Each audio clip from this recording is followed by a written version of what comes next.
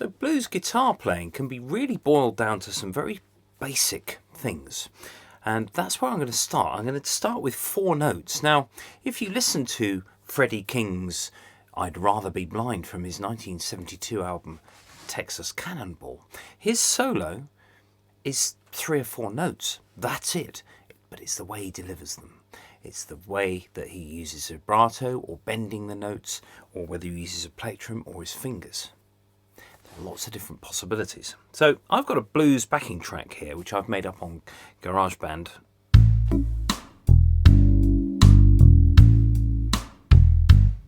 So it's just a slow straight blues in the key of A, which is at 5th fret. The other 2 chords are D and E.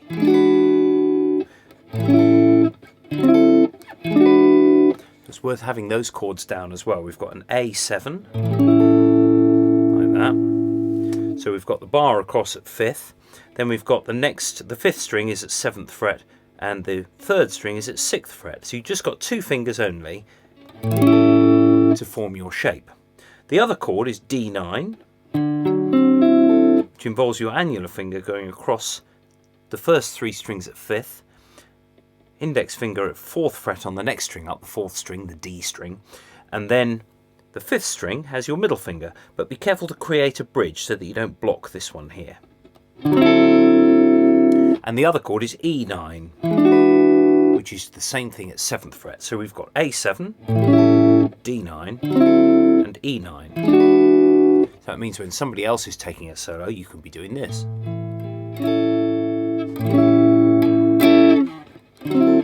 Be doing your rhythm thing. It's always important to have those rhythm guitar skills as well as the lead guitar ones.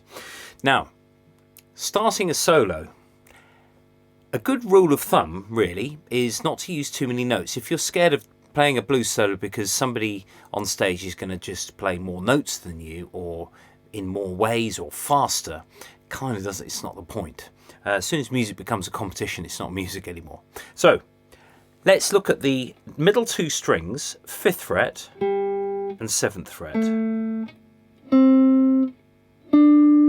Just those 4 notes. Now in terms of the tone, I've just got my Strat here going through my AC30 behind me here. There are no stomp boxes, no pedals, no nothing, no effects. What you're hearing is just a guitar, a lead, amplifier. So learn to play with. Sometimes it's good to actually play with no amp, because if you can hear the note clearly, it means that your tone is kind of getting there. If you like this,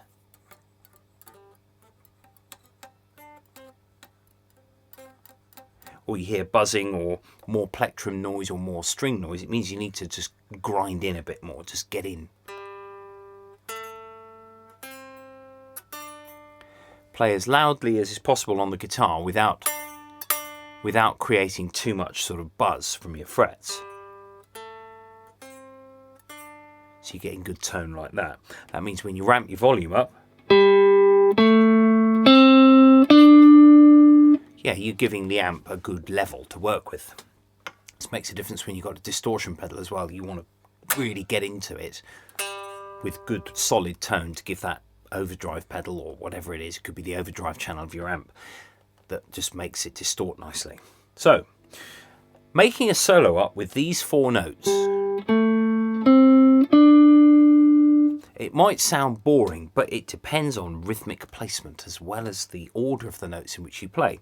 So I'm going to play once through the backing track here, and I'm going to just play a solo using those 4 notes only, but with some rhythmic differences.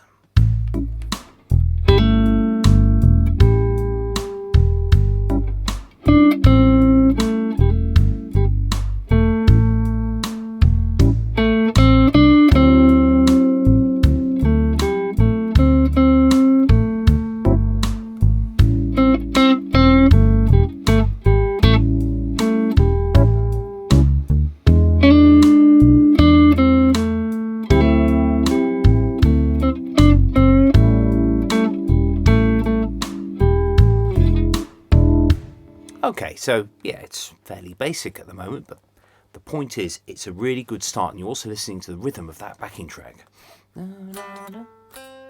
hang behind the beat if you can. Don't never rush the beat. So always, if you're going to deliver something, deliver a note, make sure it's absolutely spot on the rhythmically, or very, very slightly afterwards.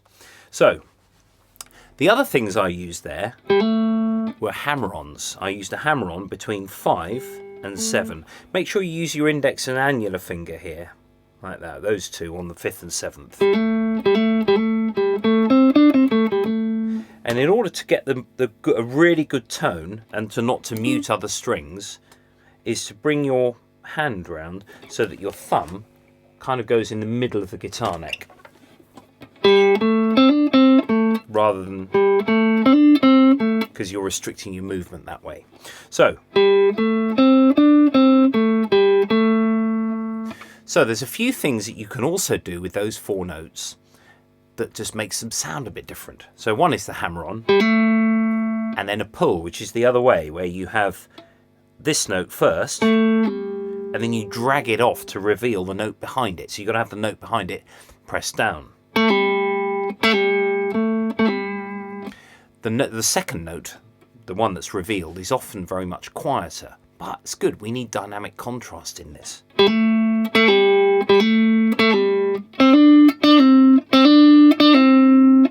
Now, a word about playing on these middle 2 strings. You don't want the 5th and 6th strings to sound, or the 1st and 2nd strings. So you don't want all this sort of thing, where you can hear all that extraneous noise in the background. So with your right hand, approach the guitar on a Fender Strat. You've got this sort of contoured bit anyway, so you can approach the guitar and think of your wrist as a sort of a record stylus. So you've got this perfect sort of weight balance, where the stylus is your plectrum, and it just lowers down onto the guitar like that. And then what you can do is you can use this part of your thumb just to rest on the 6th string, and then you might catch the 5th string as well, but not the 4th and the 3rd, which is the notes that you want. If you do it too much, you palm mute it, which is a different sort of style anyway, useful in itself. Anyway, so we've got the hammer-on, the pull. You can also slide between 5th and 7th using one finger, so you could use your index finger to slide in either direction, or you can use your annular finger, which was on 7th, because it also allows maybe some other notes to come in afterwards. You're sort of expanding the positions that you can do. Now, vibrato is a very subtle lowering and raising and releasing of pitch. On guitar, vibrato can only go one way. It can go the note and then above the note.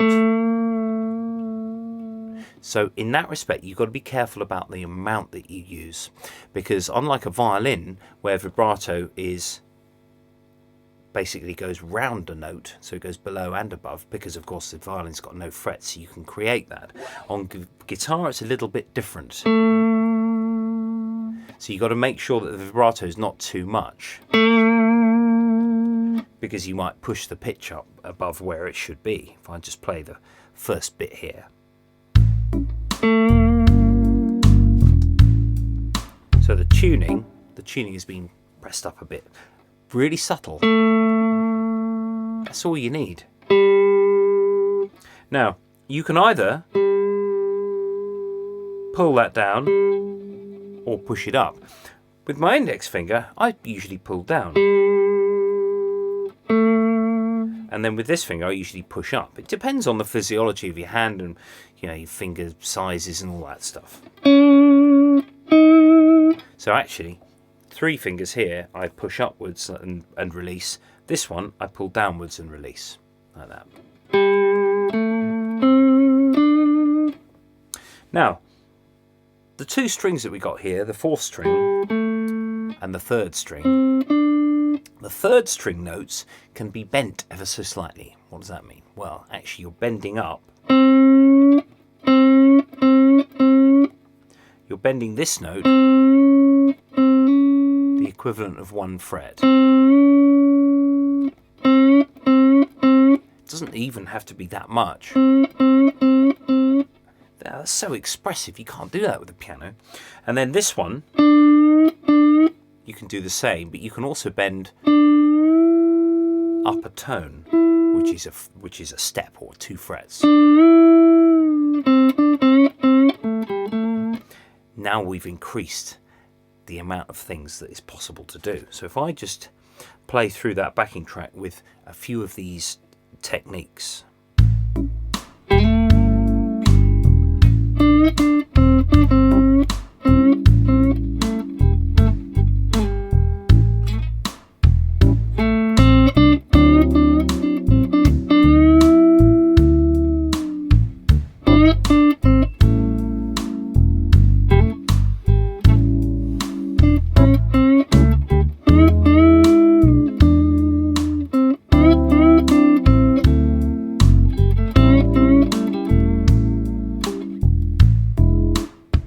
So still those same 4 notes, but this time the bending, the vibrato, the slides, the pulls, the hammer-ons, it just makes a massive difference to those 4 notes rather than just... Now, a word about right hand and the synchronization between those hands. What you don't want is this, where you mute the strings so the notes are only short. Unless you want to abruptly end a phrase. Something like that, which is another technique in itself. Make sure that with the plectrum, you always adopt a down, up, down, up, down, up, down, up, down, up movement, regardless of string change. Or, yeah, that was down, up, or you could do up, down. So it's a good exercise when you're trying to synchronize the hands together so that the notes are always as long as possible. So there's no gap between them. So it's synchronizing the plectrum arriving at the string with your finger pressing down on here. Now, you can also play with your fingers, and actually, or a combination. When I first started guitar, my uncle, who gave me a couple of lessons to start with, said, don't use a plectrum for a bit, use your fingers. Now we can really get in, we can really bite into that sort of solo, and lots of blues players use the fingers, you know, to get that extra sort of, almost like bass guitar, where you're pulling a string away from the fretboard and it snaps back onto the frets. Obviously make sure your strings aren't old, otherwise you'll just pop one. So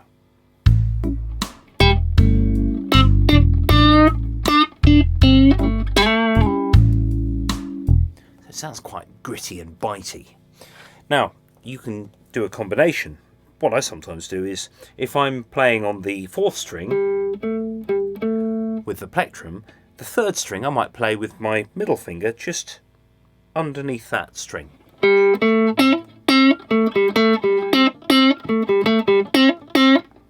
It just gives a range of sounds. They can be sort of a little bit too different perhaps. Yeah. Maybe you wouldn't want that.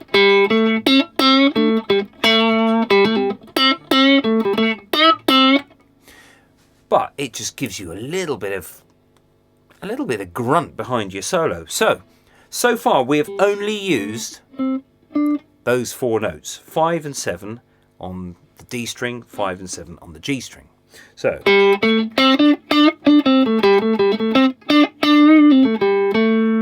now that is part of what's called the minor pentatonic and also the blues scale. Now lots of people, when they learn scales, just go up and down them when they're doing a solo,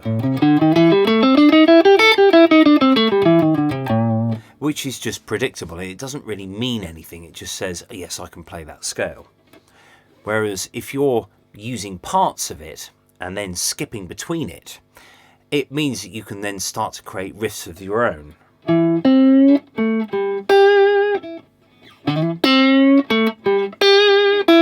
Try to recreate what you've just played as well. If you improvise something, play it again.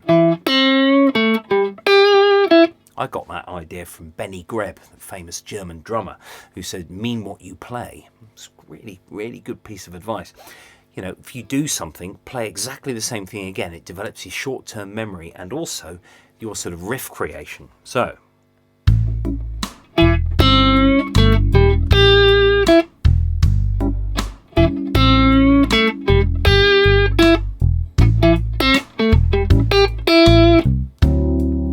Although the third one was very slightly different, I added a note there. I changed the rhythmic placement with respect to my backing track. So I went ba da da ba da ba ba ba ba ba. I changed the notes. I changed the rhythm as well. Sorry, I changed the rhythm but kept the same notes.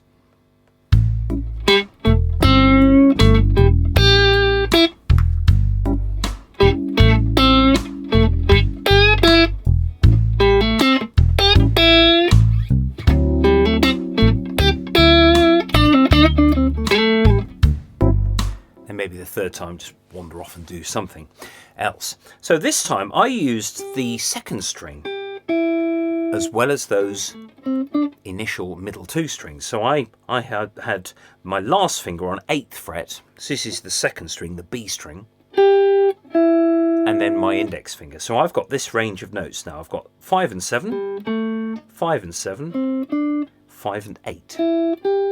It's important to get your last finger to work here. Don't stretch with this finger. There's no point, because actually you can use these as passing notes a bit later. So use your last finger, and you can bend that one as well. Often that's quite hard to bend. If you're trying to do the finger only, you have to sort of tense up your hand. But if you use the other fingers behind, which are themselves helping that string bend, you can make that last finger work for you.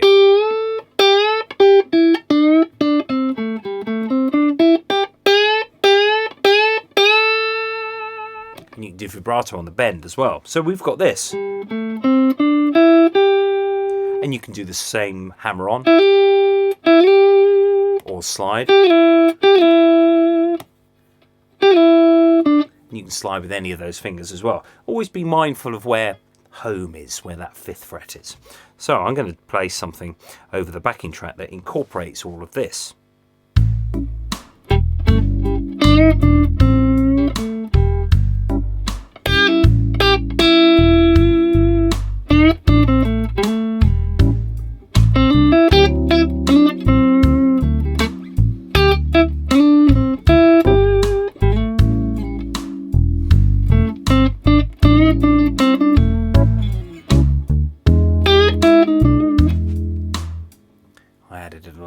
I added that one, but I also did this, slide off the fretboard like that, and it just provides a nice little sort of ending of that note. Also leaving gaps. It's really important not to go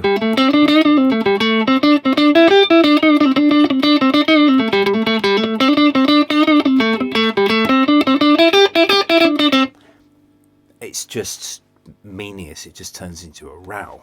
Whereas when you've just got the backing track on, it's when your backing track's playing, speak in sentences. You know, when you're talking to someone, there's always natural inflections in your sentences. You're punctuating.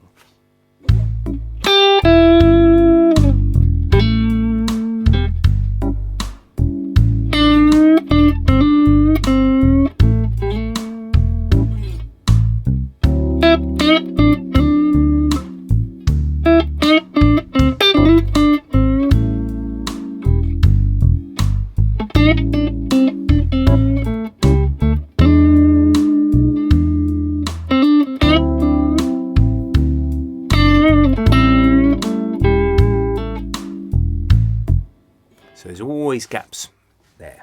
So with that in mind, we've got 6 notes now. But the last one, this one, is the same as that. So actually we've only got 5 notes. This makes up something called the minor pentatonic.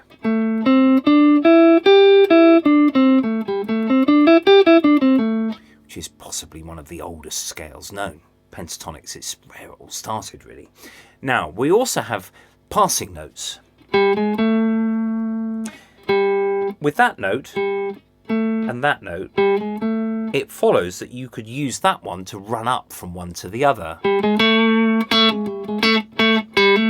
And it just creates something that's just got a little bit more sort of depth. It doesn't mean jazz. The J word is one of those things that people are very, very scared of, because they think it might turn them into somebody who plays in front of, 2 people instead of 200. Oh, controversial. But always be mindful of those extra notes.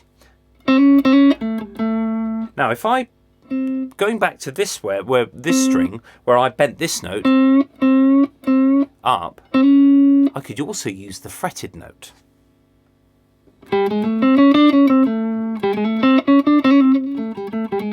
So, just going back to the middle 2 strings, I've got 5, 6 and 7.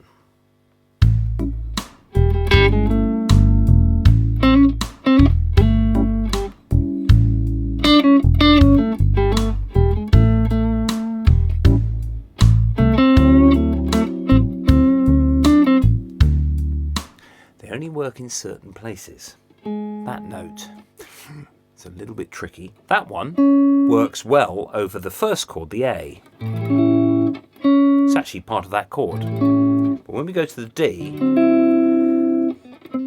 we have that note. So that note and this note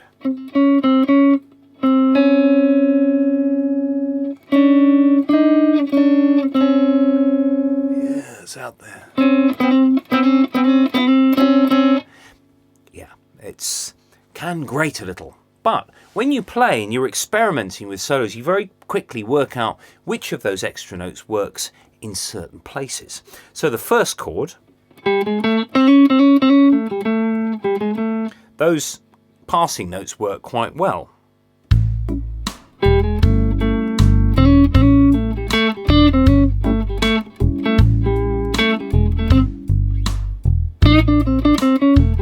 Next chord.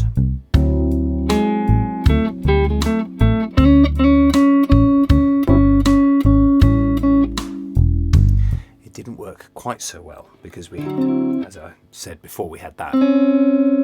So that is the only downside to adding these extra notes, is that you don't know if they're going to work. Whereas this,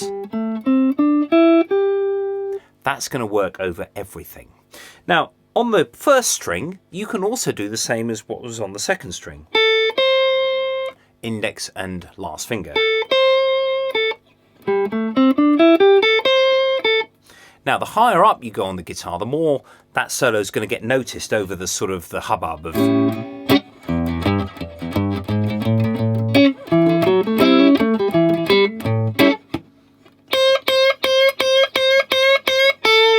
That's going to work.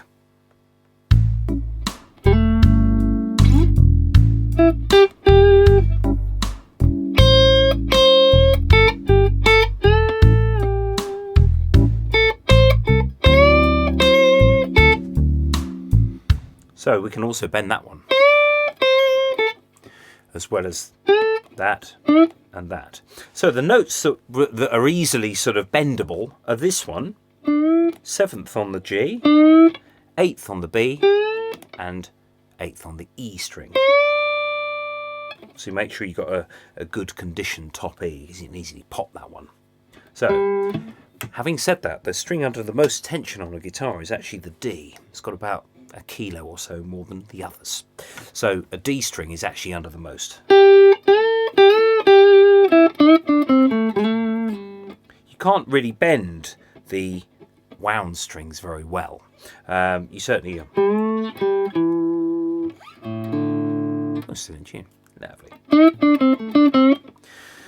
So, there is a bit about blues guitar playing. Now, I'm in one position here. But it also pays to try that scale. Now, this is where the scale actually becomes useful, because if you play all the notes in that scale, you can then work out where else to do stuff. You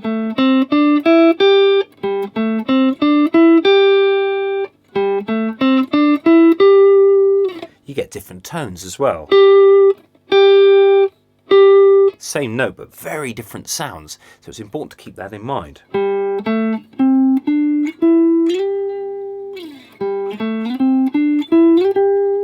it's also a good idea to play that scale in a lateral way, so going up and down the fretboard. So if we start on 7th fret, for example, on the D string. Now the reason I'm starting on 7 there is because actually that's the root note of the chord that we're working with, of the blues in A. So if I start here, instead of going to the next note there, I'm going to go up here. So that's a step and a half, or 3 frets. Then the next one is 2 frets, next one's 2 frets, then we've got a step and a half, and then to finish, a step or 2 frets. So we've got 3 fret gap, 2, 2, 3 and 2. It's worth remembering that and trying to play that in other keys so you're not sort of rooted to specific frets. So also, I haven't really touched on the 5th and 6th strings very much, the thickest 2 strings here, because they can get lost in a mix, especially if you've got a chord.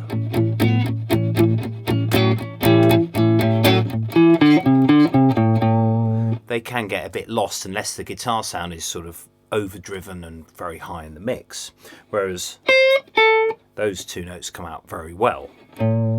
Now what we've got is the middle 2 strings of 5 and 7, then the last 2 strings 5 and 8. The 5th and 6th string are a combination. You have one, the 5th string is 5 and 7, and then the 6th string is 5 and 8. So we've got basically 2 different fingering patterns on those strings. You've either got a 5 and an 8 or a 5 and a 7. So 5 8, 5 7, 5 7, 5 7, 5 8, 5 8. That's just a continuation of that scale.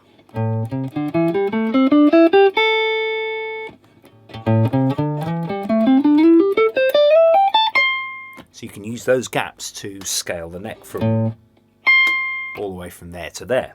So to play you out, I'm just going to play with my blues backing track again, and I'm going to use various ideas but phrased in such a way that it is not complicated or sort of superficially sort of flashy. There's not really any point in doing that. It's all about the style and getting the tone. Lots of people say pursuit of tone with an amp and a guitar, but actually the tone is in your playing, it's in your fingers. You can make a cheap guitar sound quite expressive if you really get to grips with the tone of what you play on the fingerboard. Oh, sorry, I've just set that into record, for example, by accident. I'm on GarageBand on iOS here, making the backing track. So here we go.